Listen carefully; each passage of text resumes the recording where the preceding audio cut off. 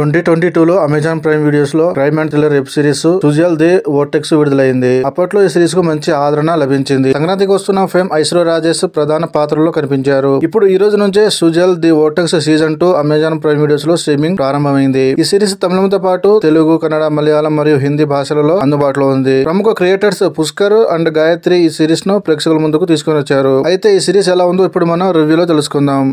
ముందుగా ఈ సిరీస్ కథ విషయానికి వస్తే, సుజల్ ది వోర్టెక్స్ సీజన్ 1 లో నందిని జైలుకి వెళ్తుంది. ఎందుకంటే ఆమె తన చెల్లిని చంపిన వ్యక్తిని నేరుగా శిక్షించిన కేసులో జైలుకి వెళ్తుంది. కానీ సీజన్ 2 కాళీపట్నం నుంచి ప్రారంభమవుతుంది. అక్కడ ఎస్ఐ చక్రవర్తికి సన్నిహితుడైన లాయర్ చెల్లప్ప నందిని కాపాడడానికి వాదించాలి అనుకుంటారు. కానీ అతనికి ఊహించని సంఘటనలు ఎదురవుతాయి. అతను హత్యకు గురవుతారు. చెల్లప్ప ఇంట్లో ముత్తు ఆయుధంతో పోలీసులకు దొరికిపోతారు. నందినిని హత్య చేశారని అనుకుంటూ ఎస్ఐ చక్రవర్తి ముత్తును అరెస్టు చేస్తారు. అయితే ఈ క్రమంలో 7 అమ్మాయిలు పోలీస్ స్టేషన్ కి వచ్చి చెల్లప్పను హత్య చేశామని లొంగిపోతారు. ఆ అమ్మాయిలు ఎవరు, వారు ఎందుకు లాయర్ ను హత్య చేశాము అని ఒప్పుకున్నారు. ఇంతలో నందిని జైలు నుంచి ఎలా బయటపడగలిగింది? ఈ ఆసక్తికరమైన ప్రశ్నలకు సమాధానం తెలుసుకోవాలంటే ఈ సిరీస్ ఖచ్చితంగా అమెజాన్ ప్రైమ్ లో చూడవలసిందే. ఎలా ఉందంటే, మొదటి సీజన్ లో చెల్లిని చంపిన వ్యక్తిని నందిని హత్య చేస్తుంది. ఆ తర్వాత ఆమె పోలీస్ స్టేషన్ లో వెళ్లి స్వయంగా లొంగిపోతుంది. కానీ సీజన్ 2 వచ్చేసరికి కొత్త కేసుతో మొదలవుతుంది. నందిని ఈ కేసు నుంచి కాపాడాలని ప్రయత్నించే లాయర్ చెల్లప్ప అనుమానాస్పదంగా హత్య చేయబడతారు. ఈ ఘటనతో 8 మంది అమ్మాయిలు నిందితులుగా మారిపోతారు. వారు చెల్లప్పను హత్య చేసినట్లు ఒప్పుకోవడానికి ఉన్న కారణాలను కూడా అన్వేషించే క్రమంలో కథలో ఆసక్తికరమైన మలుపులు తిరుగుతాయి. ఎస్ఐ చక్రవర్తి మరియు లాయర్ చెల్లప్ప కలిసి నందినిని జైలు నుండి విడుదల చేయడానికి కృషి చేయడంతో కథ కొత్త మలుపు తీసుకుంటుంది. చెల్లప్ప హత్య జరిగినప్పుడు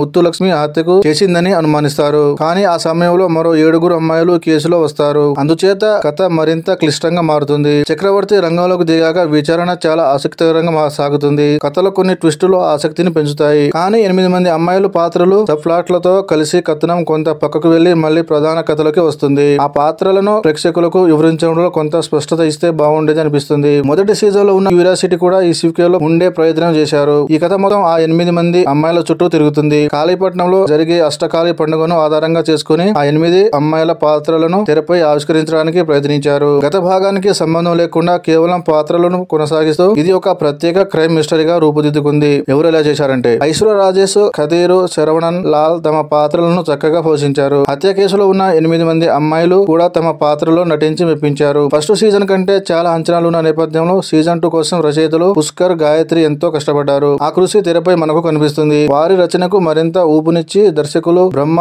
సర్జన్ సీజన్ 2 ను అద్భుతంగా తెరపైకి తీసుకుని వచ్చారు. కానీ కథ మరియు కథనాలను 8 ఎపిసోడ్స్ లో తీయడం వల్ల ఒక చిన్న మైనస్ గా మారింది. నిడివి కొంచెం ఎక్కువైన ఫీలింగ్ అయితే కలుగుతుంది. ఏ సినిమా లేదా సిరీస్ లోను చివరి వరకు వచ్చేసరికి ట్విస్టులు అన్ని విడిపోవాలి. అసలు హంతకులు ఎవరో తెలిసి ఉండాలి. కానీ ఈ సీజన్ లో చివరి 2 ఎపిసోడ్స్ బాగా సాగాయి. అష్టకాళి ఉత్సవం గ్రాండియర్ గా ఉంది. మొదటి సీజన్ చూసిన వారికి ఇది తప్పకుండా నచ్చుతుంది. చివరి మాట, థ్రిల్లర్ సిరీస్ ఇష్టపడే వారు తప్పకుండా చూడండి. డిసప్పాయింట్ అసలు చెయ్యదు.